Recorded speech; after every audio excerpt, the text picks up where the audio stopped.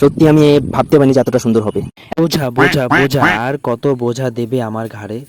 তো আজকে আমাকে একটা কাজ দিয়ে গেছে রান্না করা, তার জন্য আমি রেডি করছি। এখানে নিয়েছি আলু পটল, তো এগুলো এখন কাটবো আমি। ওই দিকে দেখো ভাত বসে দিয়েছি, এখন আমার দ্বারা ভাত রান্না করাবে।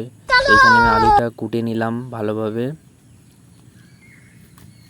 আর কি করব গাইস, বাধ্য হয়ে করতে হলো, খিদেও পাইছে, রান্না না করলে আবার খাওয়া হবে না, তো বাধ্য হয়ে করলাম এত কিছু। তো দেখো কি করছি, এইদিকে পটলটাকে কুটে নিলাম, তৈরি করে নিলাম। দেখো এইদিকে পটলটা একটু তেল আর একটু হলুদ দিয়ে ভেজে নিলাম, অল্প একটু ভেজে নামিয়ে নিলাম। তো এখানে কড়াইতে তেল, পেঁয়াজ, লঙ্কা, তেজপাতা, একটু কালো জিরে দিয়ে ভালো করে একটু মেখে নেব। আমার মশলাটা একটু কষিয়ে নেব। এখানে যা যা দেওয়া সব কিছু দিয়ে দিলাম, হলুদ দিলাম, লঙ্কা দিলাম, লবণও দিয়ে দিয়েছি। তো এটা ভালো করে কষিয়ে নিয়ে তারপরে তরকারিটা রান্না বসিয়ে দেব।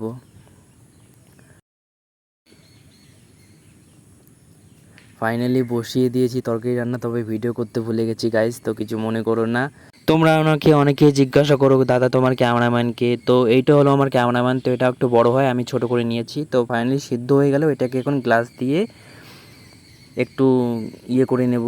তারপরে এটাকে কড়াইয়ে বসিয়ে দিয়ে জল দিয়ে একটু কষিয়ে তারপরে এখানে একটু ফুটে যাওয়ার পরে পটলগুলো ছেড়ে দেব।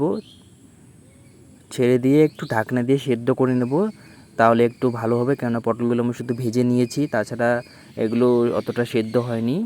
তাই ভাজা পটলগুলো আবারও তরকারিতে দিয়ে একটু ঢাকনা দিয়ে সেদ্ধ করে নেব, তাহলে পুরোপুরি সিদ্ধটা হয়ে যাবে।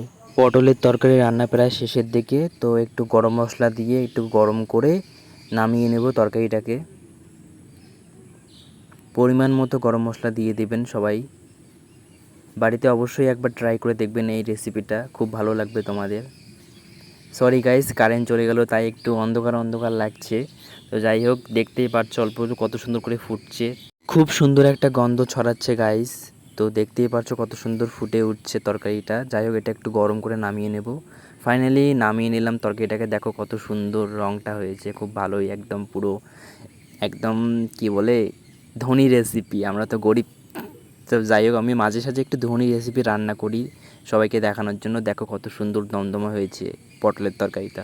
এদিকে আরেকটি তরকারি রান্না করা হচ্ছে। আমরা হলাম বাঙালি, তো আমরা দুটো তরকারি ছাড়া ভাত আমাদের হয় না, মিনিমাম আমাদের দুটো তরকারি লাগেই। তো এদিকে আমি একটু ভাজা করে নেব। তো এইখানে লঙ্কা আর তেল দিয়ে ভাজা করছি। তো এইদিকে আবার ছেড়ে দেবো। এটাকে আমরা সিম বলি, এটাকে ভটভটি সিম বলি। এখন তোমরা কি বলো তোমাদের ওই জায়গায়, তো কমেন্ট করে জানাও সবাই। পটলের তরকারি আর ভটভটি সিমের ভাজা দিয়ে আজকে দুপুরবেলা লাঞ্চটা করে ফেলবো। তোমরা কে কে পটলের তরকারি আর ভটভটি সিমের ভাজা দিয়ে দুপুরে লাঞ্চটা করতে চাও, তাড়াতাড়ি আমাদের বাড়িতে চলে আসো। তোমরা কে কে খাইতে চাও তাড়াতাড়ি চলে আসো আমাদের বাড়িতে, আমি নিজের হাতে ভাত বাড়িয়ে দেবো তোমাদেরকে। তাড়াতাড়ি কমেন্ট করে জানাও কে কে আসবে, তাকে আমি খাওয়াবো। যে কমেন্ট করবে তাকেই খাওয়াবো আমি। যাই হোক, রান্না করার সাথে সাথে কিছু শাউট আউট দিয়ে দেই। আমি তো শাউট আউট দেই না, তারপরেও দিচ্ছি কিছু জনের জন্য। তো এখানে আমাকে একজন কমেন্ট করেছে অমিত কুমার হলদার নামে। তো এই আমাকে কমেন্ট করেছে, কেমন আছো বন্ধু, আমাদের এখানে বৃষ্টি হচ্ছে। কিন্তু আমাদের এখানে বৃষ্টি হয়েছিল কালকে, এখন আজকে আর বৃষ্টি নেই, আজকে একটু ঠিকঠাকই আছে আকাশটা। যাই হোক, খুব ভালো লাগলো তোমার কমেন্ট পড়ে, thank you so much Amit Kumar. ভালো থেকো, আমাকে এইভাবেই সাপোর্ট করে যেও সবাই, আমি সবার পাশে থাকবো সব সময়। আর তোমাদের জন্য নতুন নতুন ভিডিও আনার চেষ্টা করব। তোমরা অবশ্যই আমার পাশে থেকো, সবাই সাপোর্ট করো, আমার পোস্টে লাইক কমেন্ট প্রতিনিয়ত করো। আমি চেষ্টা করব তোমাদের কমেন্টগুলো তুলে ধরার জন্য। তো ফাইনালি আমার ভাজাটা হয়ে গেছে কমপ্লিট, এখন হলো টেস্ট করার পালা। যাই হোক, দেখে নাও কত সুন্দর হয়েছে একবার।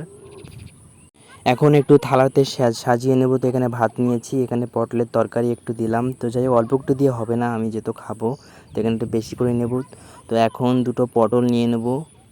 দেখো খুবই সুন্দর হয়েছে, রঙটা দেখে তো খাইতে ইচ্ছে করছে অনেকক্ষণ ধরে। যাই হোক, এখন আমি খাবো আর তোমরা শুধু দেখবে। আর হ্যাঁ, খবরদার নজর দেবে না কেউ, না হলে আমার আবার পেট খারাপ হয়ে যাবে তোমাদের জন্য। তো এখানে আমি একটু সিম ভাজি নিয়ে নিলাম।